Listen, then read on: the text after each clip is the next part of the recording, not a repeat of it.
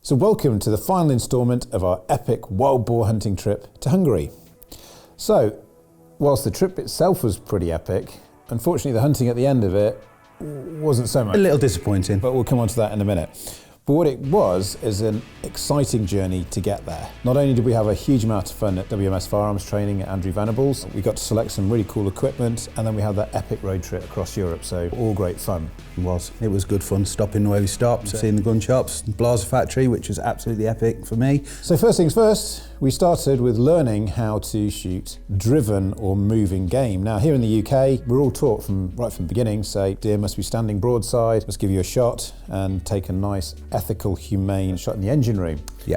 Whereas actually when you're over in Europe and you're shooting driven game or game that's walking, then it's a completely different style of dynamic shooting. So going somewhere like WMS Firearms training with a guy who knows as much as he does, like Andrew, it was pretty interesting. We first started off out on the range shooting freehand, firstly at 100, so shooting freehand, cycling quickly, target acquisition. Using small caliber rifles as well, Yes. 22s, 17s, things like that on the steel targets, just to get yourself used to doing it, because it's unnatural. Everybody uses bipods or they use sticks. Nobody really takes a 100-yard freehand shot, do they? No. Because you don't have to, you don't want to. But being out there and doing the training, not only were we taking it 100 yards, we were using our own rifles with a red dot reflex sight all the way back at 200 yards. Yeah. So when you're hitting an 8 to 10 inch disc consistently at that sort of distance freehand, it really does give you confidence in yourself, your ability, the equipment, and when it does come down to it, You know you can take the shot. yeah, you feel comfortable taking the shot. So from there we moved on to the real fun bit of the day, which was Andrew's driven target, so a moving wild boar. Yeah. And that's where things started to really hot up, because you put into practice all of your technique, how to hold the rifle, how to mount, how to address the target, and then the thing is moving. And making sure that you can pick just that right point of lead to consistently hit in the kill zone, it's a challenge. It's good though, it was really good fun, and putting everything that we learnt on that day into that last little bit was really good, and you appreciate what Andrew's knowledge and what he taught us. It was an epic day, wasn't it? Yeah, it takes the things that we already know in terms of good riflemanship, good rifle craft, marksmanship, how to use your rifles, and then it adds all of those extra bits that then make you confident when it goes out to a dynamic environment. So thank you very much to Andrew and Helena for making us feel so welcome and then giving us the tools that we need to take to move on. And then from there, we went to see our good friend Frederick van Dromme in Belgium at his shop. Yeah, which was really good. Which is like in Aladdin's cave. Now, I've known Frederick for some time. He's a big fan of Team Wild. Seen him quite a few times at the EWA show in Nuremberg. And a few years back, he came and showed me the plans of his shop, and I thought, wow, that looks amazing. So I actually see it in the flesh. Yeah, it was pretty impressive. And for me personally, it's great to see how European hunters, they choose their equipment, what rifles they like, what scopes they like, the ammunition that they choose, and how a retail environment in Europe is set up. And it was pretty cool. It was very cool. I couldn't believe the amount of brands, and for such a little place, he got in there. It was, like Ian said, in Aladdin's cave. He got everything in there. And of course, Steve had to buy something, so he bought himself another Trigger magazine for his Blaser R8. Yeah. He's like a little magpie. He can't walk away from a retail environment without buying something that is absolutely essential. It does burn a hole in my pocket, unfortunately. But yes, as you say, you know, his Brownings, his Blasers, his Sauers, the Mauser, there was just about every manner of rifle you could imagine in there. And that's the great thing about Europe. There's so many different game species to be able to hunt, and they do like their decorative rifles as well. Oh, so big, heavy embossed wood, engraving. Lovely engraving, lovely wood, and a very traditional style of firearm, which I'm a big fan of. From there, we went on to see the Blaser and Sauer factory at Isny, so we got to have a look around at the showrooms there, look at some of their new models, look at some of the exciting additions to the range that are coming in the next few months, including the silenced Blaser R8 Professional, which you quite like the look of. I did like the look of that, the way that the silencer comes all the way down the barrel. It was unique. I haven't seen anything like it before, and it'd be nice to get hands on it eventually and see how it performs. But no, it was really good for me to go around the factory to see the start to the finish of making the rifles in the different stages and the machines that they were using to do it. It was really, really good. When you say gun making, you see little guys in Geppetto's workshop and they're filing things and hammering things, and it all feels like craftsmanship. You go into the Blaser Sauer Mauser factory in Izny, and it is all state-of-the-art CNC, technologically advanced equipment. Yeah. And it just goes to show how much goes into producing these precision instruments, and they really are. Yeah. Unfortunately, we couldn't film at the factory this time because having a bit of a move around. There's been a lot of expansion. There's new buildings been built all over the place. So we're going to go back a little bit later on during the year. We're going to run through the factory from start to finish as part of our next trip in July, I believe. So stay tuned for that. So after we had a good look around the factory and had a look at the showrooms and the new models, we then went on to the Shishkino, the shooting cinema, which is where Wildy elbows me out the way and he plays Space Invaders with wild pigs. And that, I have to say, was probably the most fun part of the entire trip. It was awesome. Bringing everything together, all of the equipment choices we made, the ammunition, using different types of rifle, and then seeing the pig on the screen. For those that haven't seen it, it's basically a cinema where they play a series of wild boar scenarios running across in front of you. You shoot at the screen and it tells you where you've hit. Pauses the video and it can see if you've made a good shot or if you shot it in the haunches or missed it completely. And that really helped us pull everything together that we've been learning into an environment and a scenario which is almost identical to that you'd be experiencing in the field. And you seem to enjoy that. I loved it. When you shot the wild boar target at Andrews, it was just straight line, backwards and forwards. When we were in the Shishkino, the pigs were moving uphill, downhill, across different angles. Different speeds. Yeah, different speeds, trotting, and yeah, it was really, really good. And like Ian said, I did push him out the way. Difficult to get him out of that room. I think if we'd left him there for a few hours, he'd have burnt a few barrels out. But that then, once again, the next stage in confidence. Yep, I know what I'm doing, I feel good. Give it a little bit more lead, and then when you think you should give it some more, just another couple of inches. And that was a good indication of where we should be shooting at certain distances. As Steve said, the running target Andrew Vanderwall's good for just drilling in that movement, that rifle movement, that mount, that consistency when it comes to your shooting position. But then you throw in the variables of pigs moving at different angles, uphill, downhill, different speeds, different sizes, and that really then brings everything together. Yeah. After that, we then drove over to Hungary, finished off our journey, went out for an evening stalking. Well, actually Steve was sitting and I was stalking. And I think we probably got put in the wrong places. I've hunted in Hungary with Wonder Heart before on many occasions, and I've always had good trips. This time you didn't see anything when you went out in the evening? Apart from a cat. Apart from a cat. And I wasn't going to shoot tiddles. And I don't think it was a Hungarian lynx. I think it was a domesticated cat, which is a bit of a shame. And then I went to an area, but they weren't the pigs that I was looking for. So I shot quite a few wild boar, and I was looking for something in particular when I was going out stalking, maybe a fallow doe that we could brought home and we could have harvested the meat. But as it happens, we're probably in the wrong place. So I saw a lot of game that wasn't really the sort of thing I wanted to shoot at that time. Steve didn't see anything. No. But you were all pretty chipper about it when we got back. Oh yeah, I was always. He's incredibly happy when he goes out hunting and doesn't see animals. And then we had 2 driven days. Now I have to say there was a last minute change to the venue. So in fairness to Wonder Heart, they did the very best. There was a swine fever, an African swine fever outbreak in the north of Hungary at the venue that we were supposed to be hunting at. So it was a last minute change, but he did our best for us. But when we got to the venue, there weren't as many animals as we were expecting. No, there wasn't, not at all. In fact, the first day's hunting, we never saw anything at all, did we?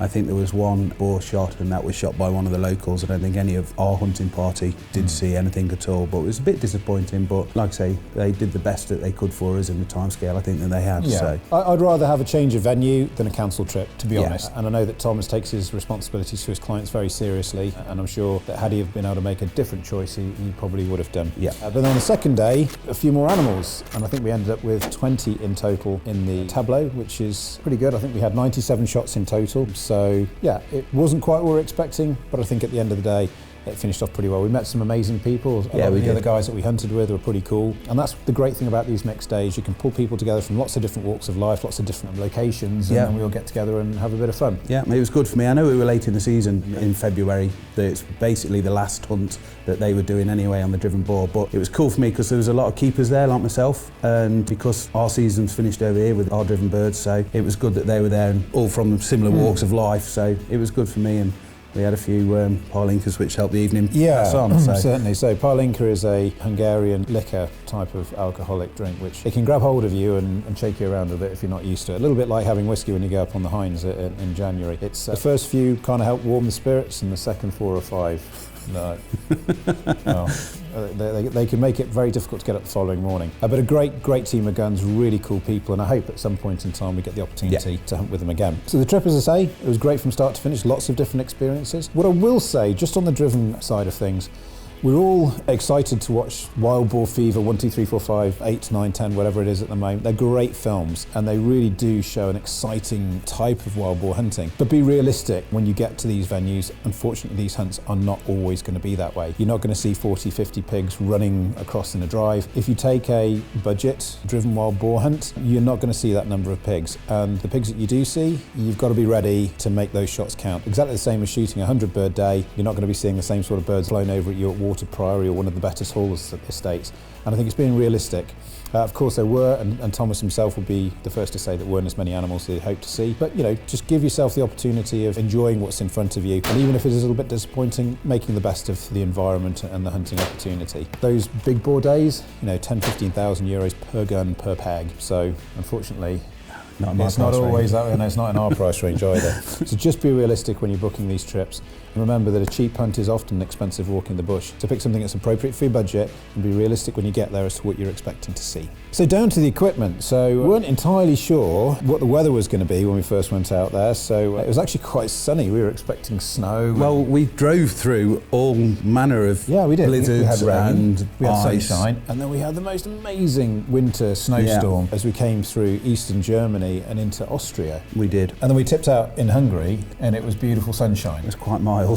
Yeah, it was. So we chose our Deer Hunter Mouflon winter outfit, which is one of my favourites, but as you can see, it's pretty hardcore stuff. This is not for sunbathing or being out in 15 degrees, which I think it was in Hungary. Now, this is a highly technical suit. It's got the salopets, the bib overalls, great for keeping the core warm. That's for me, keeping my kidneys warm, my core, means the rest of my body stays warm. It's waterproof, breathable, it's also insulated, all manner of different pockets and storage options. Underneath that, exactly the same as you'd normally expect to see when I'm hunting. Greenock base layer, Dunbar insulating fleece, one of the padded, either the padded gilet or padded jacket, Cumberland Pro insulated gilet or jacket is what I tend to wear. The long version of the Mouflon jacket hangs quite low, mid-thigh level. I have a short and a longer one. I use a shorter one for stalking and the longer one for when I'm sitting in a high seat. It does have flaps that two-way zip that allow you to sit down and the pockets to be able to sit flat onto the top of your thighs, which is nice and comfortable. And really nice touches, such as in this pocket, it has the bullet slides, bullet holes, so that you can quickly take bullets out and you can reload. But it's all about, once again, layering up appropriately for the environment you're in. Now, whilst this is still quite warm and insulated, it has pit zips, so underneath the arms you can unzip to allow more airflow through there. But the reality is, if you stood out there in bright sunshine, you're going to get a bit warm in this gear, and then as soon as you start walking to go back to the trucks, things can get pretty warm pretty quickly. So it's an amazing outfit, one that I'll definitely use for driven hunting again, and I'm going to be using this also in our upcoming trip for muskox, caribou, Arctic hare, polar fox and ptarmigan in Greenland. There the temperatures will fluctuate between 0 and minus 40 degrees Celsius, so this is the ideal suit for that, along with the layering system that I normally use. So as you can see up here, I've also got my high-vis sour cap. That's mainly a little bit of safety, make sure that my fellow guns know exactly where I am. The great thing about hunting in a place like Hungary on an organised trip is they'll tell you your arc of fire, they'll tell you exactly where your fellow guns are. Even if you can't see them, if they're over a ridge, they'll make sure that you know exactly where you can and can't shoot, but always wear a little bit of high-vis to make sure that it's really obvious to everybody around you where you are. So great clothing. I think you enjoyed yours as well? Exactly, yeah. Like I say, it was a little bit warm. And the first day wasn't too bad, there was a bit of snow in the wind, but the wind chill kept it down. But on the second day, it was a bit sunny, but we didn't need to use the quilted jackets underneath. The jacket just on top of your base layer and your Dunbar was absolutely fine. You didn't need anything else. It kept you warm and toasty all day long. Yeah, so as Steve says, typically we use, wherever we are in the world, whatever we're doing, we typically use the same base layering system. Starting off with the Greenock, it's a man-made fibre, so it wicks moisture very easily. It's also got pile on the inside so that it's nice and warm, holds a lot of air. Now on top of that, we've got the Dunbar fleece insulating layer. It's nice, thin, fitted material, so it doesn't cause any unnecessary bulkiness, but it keeps you nice and warm. On top of that, a padded insulated jacket, so the quilted jacket here, which is Cumberland, that's my preferred. You wear the Dunbar though, don't you? Yeah. Which is a very similar sort of cut, but different. And also with the Mouflon series, there's a zip-in fleece and a zip-in quilted option to give you the right choice depending on the conditions that you're in. But that's going to be pretty hardcore stuff, but once again, I might be using that I'm going to say you'll need that in Greenland, yeah. So the rest of the equipment is pretty straightforward. You shot your Blaser R8 Professional. Yeah, I did, as normal, my go-to rifle. I had a second magazine with it because when they were shooting the Magnum calibers, it only holds 3 bullets into the magazine, which is part of the trigger mech, and 1 into the breech, so only 4 shots. And in shooting driven, you need really get your second magazine in as quick as you can, so I got a spare magazine, although I didn't really need it. And I got my Boar Frontier 30 on top, 1:6x24, with its adjustable 1/10 MRAD turrets on the top there. It's got illuminated reticle with 6 settings of brightness, which is really, really good when I'm shooting driven. I like to have it turned up on the maximum setting because of the bright light. You can pick it out quickly, and speed's the name of the game when we're doing that. And of course, the R8 is straight pull, which is one of the fastest cycling rifles on the market. So all in all, I love that setup, and it's been brilliant for me. So obviously the Blaser R8 is a rifle which you've used quite extensively. Yeah. You used it over in Alaska, he's used it here for deer stalking at home, just puts the .308 barrel, because the interchangeable nature and modular nature of the rifle also allows you to get used to using one rifle for all scenarios. That's correct. You use the same scope. All I've got for the different setups that I'm using. In my hard case, it's stuck on there, so I just click round from 0, the adjustment on the windage, adjustment on the elevation, and put that scope back onto that .308 barrel, and I'm good to go. And I'm quite confident without re-zeroing or anything, I can go straight into the field and use it. And then, like I say, back to 300 Win Mag, put my clicks back to the 0 marks, which I leave my scope set at 0 on 300 Win Mag, and then adjust to the 308. So no, it's perfect, and you've got ultimate confidence in it. So me, I was shooting my Sauer 404 Synchro XT in 338 Win Mag. It's the identical setup I used over in Alaska, so I'm pretty confident with its knockdown power. It's also a rifle I've become very comfortable shooting. I can adjust the height of the comb so that my eye falls directly behind the scope. So in terms of raising my gun and my mount, I just need to focus on the target in front of me. The gun comes straight up, my eye is looking directly behind the crosshair, and you can, as you say, focus on the animal. The illuminated dot in the centre of the reticle of this Hawk Endurance 1:4x24 immediately comes into view, and you can just shoot instinctively. Both of these scopes are 30mm monotube construction, so they're really, really solid. Shockproof, waterproof, dustproof, just about anything proof. We had quite a lot of different weather over there, so they did get wet and they did get bounced around in trucks and those sorts of things, and they seem pretty robust. They held 0 very, very well. Of course, your Hawk Frontier has got a longer eye relief from using Magnum caliber, so it's got 5cm eye relief, so less chance of getting punched in the face, as has happened to me quite a few times. A little bit smaller at 4cm with the Hawk Endurance, but once again, didn't seem to have that trouble. When you're shooting stood up or off sticks or driven, there's a little bit more space between your eyes, a little bit more give. When you're lying down on a bipod, that's when you tend to get scoped. Much in the same way as with Steve's R8, the Sauer 404 is a modular design, which means I can switch the 338 Win Mag barrel out, put in the 308 barrel, and I can put a scope on that's adjusted to it. A much easier system for me to swap out my magazine. And the Sauer magazine holds 4 in here and then 1 in the tube, and I've got 2 magazines that can switch out, so it's a little bit less cumbersome, I'd say, than switching out the trigger mech, but once you get used to both systems, they both work really, really well. So the optics on the guns were good. When we were out stalking, once again, Hawk Endurance 12x56 binoculars. They did the job perfectly. You didn't see any game? No, didn't see any game, but we were looking way until the dark, and in the low light, they performed as well as anything, really. Yeah, it's difficult to say, really. I had quite a few people say to me, are they really good? How do they compare to Swarovski Zeiss or whatever? They work for me. If we kill animals Consistently.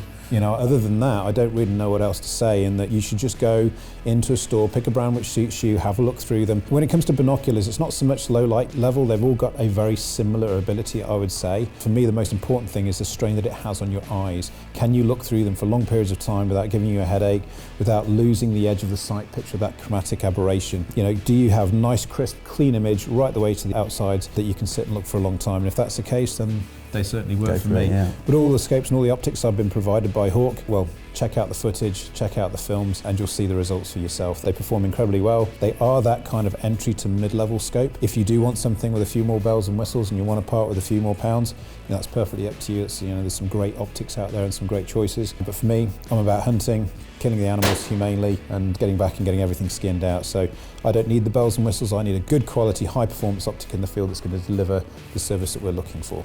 So, ammunition-wise, this might seem a bit familiar to you, but Hornady Superformance SST, Steve's 300 Win Mags are in 180 grains, my 338 Win Mag are in 225 grains. Once again, shot them across in Alaska. Hugely impressive knockdown performance. We know where they're going. The rifles are zeroed and set up specifically for the ammunition, so why change something that you know and trust? If it isn't broken, don't try and fix it. The rifle loves the Hornady. They go exactly where you put them, and they do the job.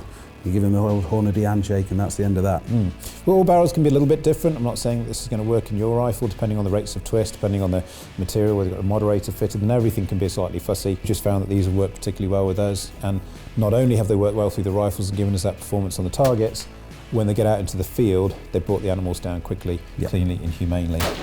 In addition to the rifles that we're very familiar with, we've also got our sticks. Now, we both come from completely different angles on this. My Vanguard B62s, they're about 8 years old, hunted on 5 different continents, and they do what I ask them to do. Nice and simple. I tend to just put my binos on them when I'm glassing. I know that this fitting on the top here will fit any rifle that I put into it. They're aluminium construction, which means that they've got that good sturdy left and right if I'm kind of going through rivers and all that sort of thing. And to be honest with you, I'm a bit sentimentally attached to them. Got this amazing repair taping system on them, which is electrician's tape, which seems to hold them together. I don't know why, they're 60 quid, I should have just bought a new pair, but they do exactly the job I need them to do. And when we're out hunting for wild boar, even though sometimes you're in a tower and you've got that little bit of support around you, sometimes you're out in the middle of a field, and having the rifle set up in the angle to which you're going to shoot, your arc of fire in front of you, and the ability to be able to just manoeuvre yourself on the sticks, particularly with this rotating head at the top, very, very handy. Even if you were just going to keep your rifle there, lift it off, push the sticks forward, and then take a shot freehand, which I did on the 180-yard fallow deer that you saw. These are a great solution for me. But you have gone for a slightly more sophisticated and modern version of that. Yeah, my sticks are from Spartan Precision Equipment. They do 2 different types of this stick. They do the woodland version, which is longer, which I use, which these are, they extend out so I can be so high. I don't need any electrical tape because these are made of carbon fibre, they're very strong and they all stay together and support my great weight, and I go through streams and everything else as well. And they're very light, they weigh in just shy of 980 grams, so for a set of sticks that's really, really light. They fit by the magnet connection, as all Spartan bipods do, fit straight into my stock with that hole there and locate, and I love them, as you know, I love them. Take them everywhere, all over the world with me, they're the first thing that go in my bag. So that's my sticks. Yeah, I call them Wildy's gimmick sticks because he likes to have different things, and you know, I can't afford electrical tape like he is, so I just stay with carbon fibre. So one day when Wildy does fall over and break his sticks, he'll be coming to me and asking for electrical tape, but in the meantime they look pretty strong. And when we're over in Alaska, we hung our rifles on them, binos and all of our clothes to dry, so they've got that really good rigidity. And as he says, you know, you can take off one pole and you can use it as a trekking pole if you need to give yourself that little bit extra support. So you get on very well with those. So slightly different approaches to it. There's no right and wrong answer. It's just a matter of picking something that works for you and a system which you get used to. I have had a look at these. I'm yet to be convinced, maybe because I'm still a bit sentimentally attached to these, but you know, we'll see how we get on. So only one other bit of equipment that I used. Steve didn't use this, is my Vaughan Lynx backpack. I'm starting to get used to having that additional storage when I go out stalking, so I like having a backpack with me. I'm also really enjoying the ability to be able to have that rifle out the way so that I can use my sticks, I can glass, I can maneuver myself around. If I'm on slipping terrain, I don't have the rifle coming under my sling. Maybe a bit of a luxury, but the Vaughan Lynx backpack has a quick release rifle system that allows you to put it into the pack, walk around with it, and it's as quick to get the rifle off onto your sticks as it is using a sling. Not only that, you can take your sandwiches, extra waterproofs and insulating layer, spare ammunition, well, just about everything you need for a day's hunting. So I'm starting to get used to the system, and now I've got used to it, I don't think I want to go back. But yeah, it's slightly different because we all have our own way of shooting, but that for me has been a pack that I've really enjoyed using, and one that I can certainly see myself using more regularly in the future. So the last bit of equipment I'd like to run through is this. It's our Jetboil Sumo. Now, might seem a bit of a strange thing to have on the end of the table there when you've got all of the other paraphernalia in front of you, but actually, after you finish the day in the field and you're cold and you're wet and you're miserable or bored, as you might be if you've not seen anything, then there's nothing that warms the spirit like a cup of joe and sitting down. Well, that's right, and we were there because we drove over, we got the vehicle, and we were on the tailgate, we got the Jetboil going, everybody else was sort of standing around thinking what's happening next, and we had a brew, and it was awesome. So yeah, it's becoming one of the things that we put in the vehicle, make sure it's there with a bottle of water, and you can't go wrong. So Steve puts it, the first thing that go in his bag is his gimmick sticks, first thing that goes in my bag is a Sumo over there. And it's actually Mark McGuinness that introduced us to this when we were out hunting in Alaska. Yeah. And I'd imagine that that's the only bit of equipment that we need if we're going away somewhere hunting. Freeze-dried food, bottle of water, Sumo Jetboil, and a cheeky smile. So there we have it. So that's the equipment that we've used. Other than that, we've had a great trip. It's been exciting. We've met some amazing people. We've learned some new skills. Yeah. You've learned patience. A lot. Yeah. They're not only, you're not going to see all the animals you want to see all the time. Just in case you haven't seen one, here's a Hungarian wild boar. Here's what they look like in the flesh. Now, Steve won't have seen one of these when we were away on our trip. No. This is one I took out with Thomas a few years back. So they are out there somewhere, and hopefully we're going to go back wild boar hunting again with Thomas in November, December and January, and we'll bring that video series to you probably the early part of next year. So all I have to say is thank you very much for following. I hope you've enjoyed the journey, and here's some of the best bits from our epic wild boar hunting trip to Hungary.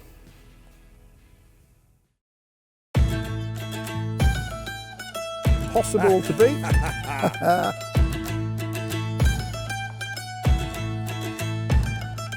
We're here getting ready for our upcoming wild boar hunt in Hungary. We're here in Wales at WS Firearms Training. We're here in Belgium at Jachthuis van Drommen. We're at the Sauer factory in Isny. So it's a beautiful sunny afternoon here in early February in Hungary, and we're out stalking. So it's a beautiful morning here in Hungary. We're out on peg. I drew peg 20 this morning, so I'm kind of at the end of the line. So it's another beautiful morning here in Hungary. It's day 2 of our driven hunt.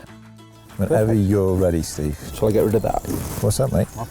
I don't know. Let's get rid of this fine. Shooting my Sauer 404 in 338 Win Mag, fitted with a Hawk Endurance 31-4 by 24. And I'll be using my Blaser R8 Professional in 300 Win Mag, fitted with a Hawk.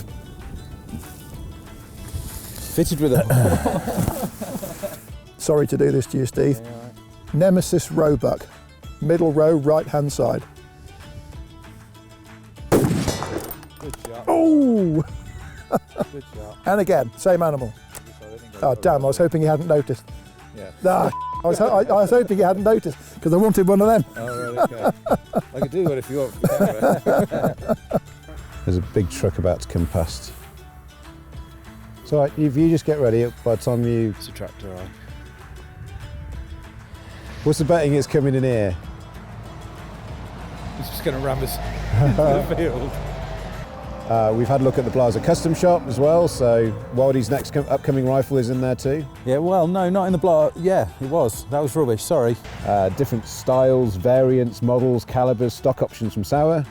I've also been in the Blaser shop as well, which is absolutely fantastic. Yeah, Looked at their new models.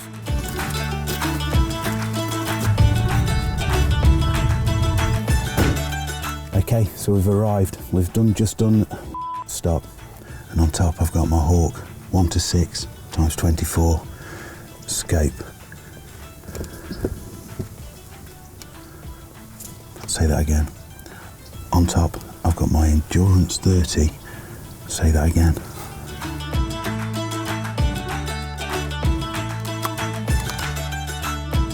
So today I'm shooting my Sauer 404 Synchro XT. It's got a... So today I'm shooting my Sauer 404 Synchro XT. I've got it on 6 today because it is quite dull and gloomy, and it picks out the skyline really well. So that's good. Which was Stephen. You're doing all right. I'm not. I'm crap. It's got a laser edged. No, it hasn't.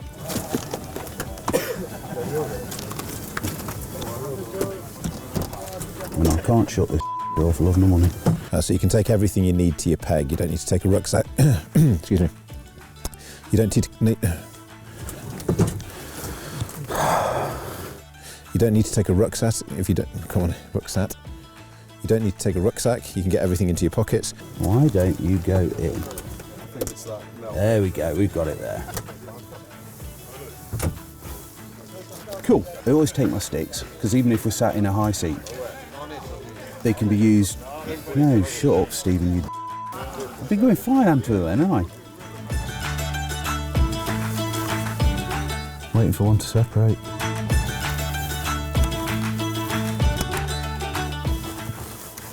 Could have had a shot at one of them. I'm sure he said we could shoot fella.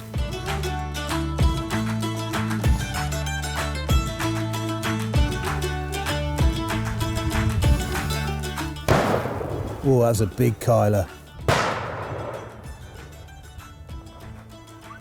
That was a big Kyler. Ball coming, ball coming, ball coming. Gonna come out here.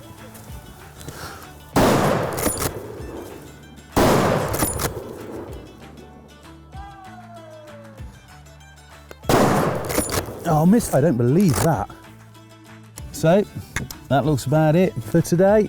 Well, the trip really, or not. Okay, so that looks like it's it for today, and the trip really. We're pig gods definitely haven't been with us today. Well, they haven't been with us all week. Drop that. Right, we'll do that again, mate. And there's always tomorrow. Tomorrow, and hope springs eternal, young man. Cheers.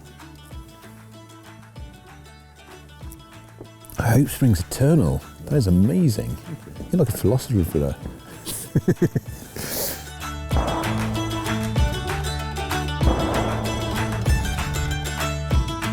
You ready?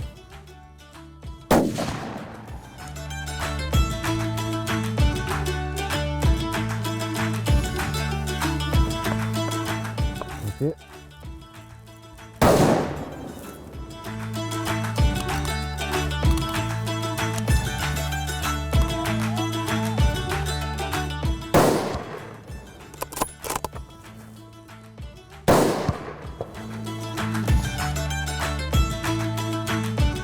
So welcome to the final instalment of our epic wild boar hunting trip to Alaska.